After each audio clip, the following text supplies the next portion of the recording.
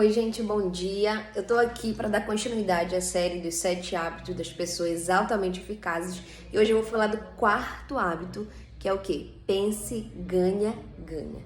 E o que é o pense, ganha, ganha? É o estado de espírito que ele busca sempre o benefício mútuo entre as interações. É como se em todas as interações que eu faço parte, seja a nível de relacionamento, desde o relacionamento mais íntimo entre esposa, marido, entre mãe e filho, entre sua parentela ou no seu meio de no seu lugar de trabalho, você pense sempre que um contrato e um acordo deve ser fechado no espírito ganha-ganha. E por que isso é tão importante? É como se as pessoas elas estão acostumadas a pensar assim, eu creio que o individualismo ou o egoísmo de alguma forma tem levado o ser humano a pensar que para ele ganhar, o outro necessariamente tem que perder. A dicotomia sempre do ganha-perde, do fraco-forte, do grande-pequeno. Então, mas esse pensamento ele tem uma falha estrutural. Por quê? Porque ele não é baseado em princípios. Ele é baseado em sentimentos. Todas as vezes que a gente toma decisões e interage, seja na nossa família ou no nosso trabalho, de forma a ser guiados pelos nossos sentimentos e não pelos nossos princípios, acontece o resultado final nem sempre é satisfatório.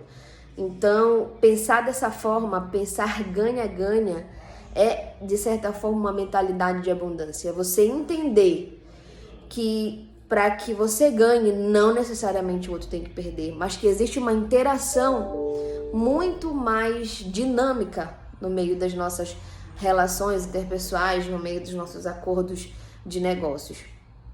Então, não se trata do meu jeito prevalecer ou do seu jeito prevalecer, se trata de um denominador comum que todo mundo pode sair ganhando.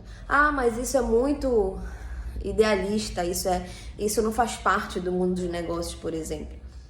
E na verdade faz. Se você pensa dessa forma, que é ideal, que porque você está pensando com a mentalidade de escassez. E o que é? Existe uma mentalidade de escassez e existe uma mentalidade de abundância. O que é? Eu gosto muito da parte aqui do livro do Stephen Covey que fala o que é a mentalidade de escassez e diz assim: pessoas com mentalidade de escassez, elas encontram muitas dificuldades em obter reconhecimento, crédito, mesmo em relação àqueles que auxiliam na produção. Elas têm dificuldade para sentir um prazer genuíno com o sucesso de outras pessoas. Parece que algo lhes é subtraído quando alguém recebe os frutos do trabalho ou atinge o sucesso. Apesar de verbalmente expressarem contentamento pelo sucesso alheio, no íntimo morrem de inveja. Seu senso de valor deriva da comparação e o sucesso dos outros, de certo modo, implica em seu fracasso. Então, pessoas com mentalidade de escassez, elas nunca estão contentes com o sucesso alheio. Parece que a vitória do outro incomoda mais que a derrota própria.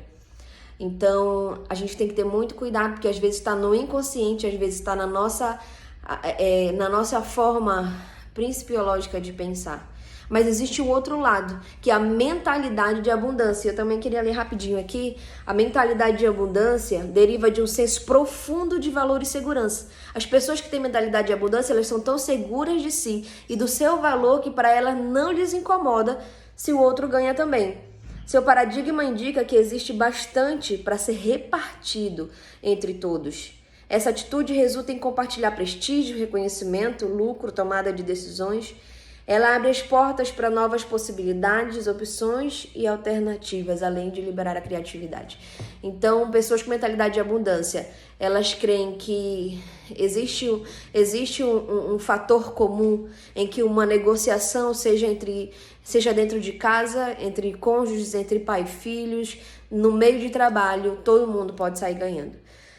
Então, quando o Stephen Covey fala no pensa, ganha, ganha, e quando a gente consegue transportar esse princípio, esse pensamento para as nossas interações humanas, os ganhos são muito grandes, porque a gente começa a basear nossas decisões e relações em princípios. E quando a gente baseia em princípios, a gente só tem a ganhar, é pensar ganha, ganha.